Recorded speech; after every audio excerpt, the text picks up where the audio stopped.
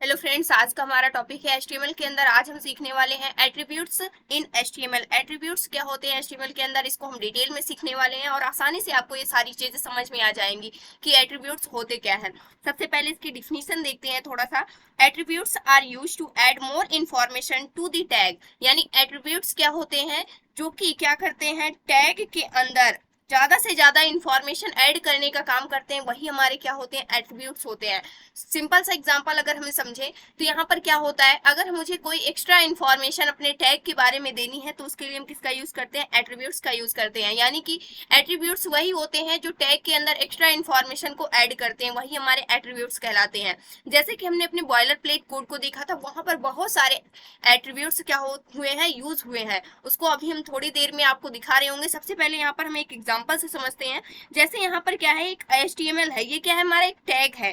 जो यहाँ पर HTML दिया गया है ये टैग है। इसी टैग के अंदर हम क्या कर रहे हैं, एट्रीब्यूट्स की हेल्प से एक्स्ट्रा इन्फॉर्मेशन ऐड कर रहे हैं। ये जो पूरा है lang इक्वल eng जो पूरा दिया गया है, ये क्या है, हमारा एट्रीब्यूट है। इसकी बात करें तो क्या होगा हमारा, ये पूरा का पूरा जो लिखा गया है ये क्या होगा, हमारा एट्रीब्यूट्स होगा। इसी को हम क्या बोलते हैं, एट्रीब्यूट्स बोलते हैं।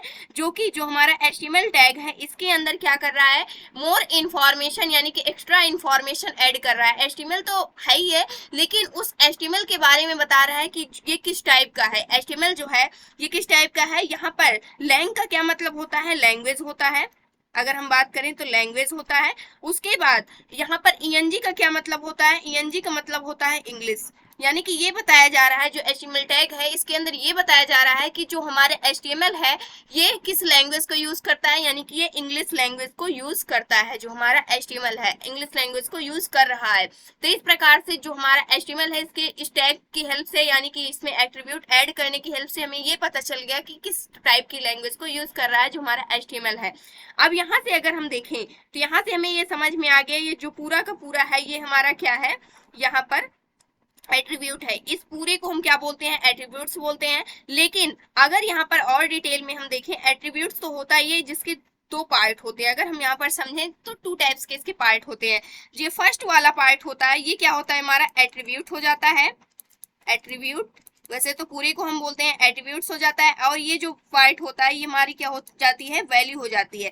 किसकी वैल्यू हो जाती है, एट्रीब्यूट की वैल्यू हो जाती है। यानी कि ये एक प्रकार से एट्रीब्यूट का नेम दिया गया है और ये क्या दी गई है, उसकी वैल्यू दी गई है। तो इसलिए इस पूरे पार्ट को हम क्या बोल देते हैं, एट्रीब्यूट बोल देते हैं। मान लेते हैं ए इक्वल क्या दिया गया है, यहाँ पर बी दिया गया है, वो भी डबल क्वेट्स के अंदर। यहाँ पर एक मोस्ट इंपॉर्टेंट पॉइंट ये होता है कि अगर आप किसी भी एट्रीब्यूट की वैल्यू लिख रहे हैं तो आप उसे चाहे डबल क्वेट्स के अंदर लिखें या फिर आप सिंगल क्वेट्स के अंदर लिखें।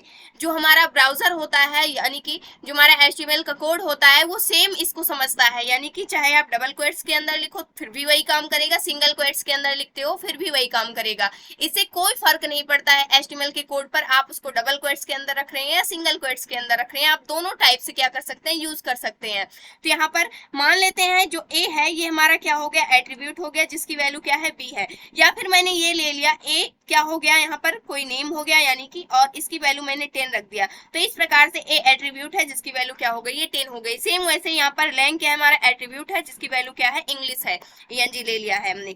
इसी प्रकार से हम अगर आपको समझाएं तो यहाँ पर अभी तक इससे पहले हमने ऑर्डर्ड लिस्ट की बात की थी। ऑर्डर्ड लिस्ट के अंदर हम क्या यूज किए थे, वहां पर भी हमने क्या यूज किया था, एट्रीब्यूट का यूज किया था। किस प्रकार से, OL टैग था हमारा। वैसे तो नॉर्मल ऐसे ही लिखा जाता है, लेकिन इसके बारे में जब हम इसकी टाइप चेंज करने की बात करते थे, यानी एक्स्ट्रा इन्फॉर्मेशन देने की बात करते थे कि किस टाइप का होना चाहिए जो हमारा ऑर्डर्ड लिस्ट है, तो उसके अंदर हम एट्रीब्यूट्स का यूज करते थे। जहां पर हम क्या ऐड कर देते थे, यहाँ पर एक्स्ट्रा इन्फॉर्मेशन ऐड कर देते थे। यहाँ पर टाइप इक्वल हम क्या दे देते थे, यहाँ पर कैपिटल ए या फिर स्मॉल ए, हम कुछ भी रख सकते थे। अब यहाँ पर जहां पर आपने कैपिटल ए लिखा है, इसको डबल क्वेट्स के अंदर के बजाय आप इसको सिंगल क्वेट्स के अंदर भी क्या कर सकते हैं, रख सकते हैं, सेम काम करेगा। तो इस प्रकार से जो टाइप है ये क्या है, हमारा एट्रीब्यूट है। यहाँ पर जो हमारा टाइप है ये क्या हो जा रहा है, यहाँ पर एट्रीब्यूट्स हो जा रहा है। और जो ए है ये क्या है, वैल्यू है। यानी कि जो हमारी ऑर्डर लिस्ट है इसमें किस टाइप की वैल्यू हमें पास करनी है वो हमने यहाँ से क्या कर दिया है, डिफाइन कर दिया अपने टाइप के अंदर। यानी टाइप की वैल्यू हमने ए रख दिया है, तो यहाँ पर जो हमारी टाइप होगी ऑर्डर लिस्ट की वो क्या होने वाली है, ए होने वाली है। इसी प्रकार से एचटीएमएल जो है इसमें जो लैंग्वेज है इसकी क्या टाइप होने वाली है, इंग्लिश होने वाली है। तो सेम इसी प्रकार से हम किसका यूज करते हैं, एट्रीब्यूट्स का यूज करते हैं। इसी प्रकार से आगे चल के हम बहुत सारे एट्रीब्यूट्स को सीख रहे होंगे, लेकिन हमें ये पता होना चाहिए कि एट्रीब्यूट्स होते क्या है और इसका काम क्या होता है। तो एट्रीब्यूट्स क्या होते हैं, जो टैग के अंदर एक्स्ट्रा इन्फॉर्मेशन को ऐड करने का काम करते हैं, वही हमारे एट्रीब्यूट्स होते हैं, जिसकी हेल्प से हम क्या जान पाते हैं, जो टैग होता है हमारा उसके बारे में एक्स्ट्रा इन्फॉर्मेशन उसमें क्या होती है, हमें मिल जाती है। अगर इसको हम आपको बॉयलर प्लेट कोड में दिखाएं तो वहां से बहुत सारे आपको एट्रीब्यूट्स देखने को मिलेंगे। जैसे कि यहाँ पर जो हमने HTML में लैंग इक्वल en का बात किया था, यहाँ पर जैसे ENG हमने वहां पर लिया था, यहाँ पर en होगा, वैसे तो ENG नहीं होगा, पूरा का पूरा en होगा। तो यहाँ पर क्या हुआ, ये एक एट्रीब्यूट हो गया, जो यहाँ पर लैन इक्वल en लिखा गया है, ये एक क्या हो गया, एट्रीब्यूट हो गया। यहाँ पर मेटा जो टैग है हमारा, इसके अंदर एक्स्ट्रा इन्फॉर्मेशन दी जा रही है। इस टैग के अंदर कैर सेट इक्वल यहाँ पर UTF और यहाँ से -8 है, तो ये भी क्या है, हमारा एक एट्रीब्यूट है, जिसमें कैर सेट क्या है, एक हमारा एट्रीब्यूट है जिसकी वैल्यू क्या है, UTF-8 है। और जो हमारे एट्रीब्यूट्स होते हैं इसकी वैल्यू हमेशा क्या होती रहती है, चेंज होती रहती है। आप इसकी वैल्यू को बदलते रहते हैं, यानी कि जिस भी टाइप का टैग लेंगे आप उसकी वैल्यू चेंज कर सकते हैं। जैसे हमने ऑर्डर लिस्ट में बताया, पहले हमने कैपिटल ए रखा था, फिर उसके बाद हमने स्मॉल ए रखा। तो इस प्रकार से जो हमारा एट्रीब्यूट्स होते हैं इसकी वैल्यू क्या होती रहती है, चेंज होती रहती है।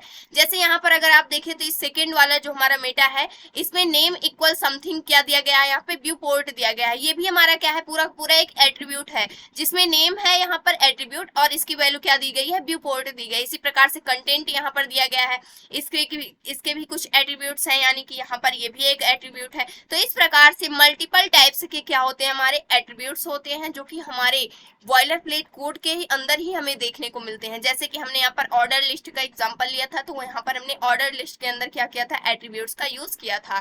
तो एट्रीब्यूट्स वही होते हैं जो कि टैग के अंदर, किसी भी टैग के अंदर क्या करते हैं, एक्स्ट्रा इन्फॉर्मेशन को ऐड करने का काम करते हैं।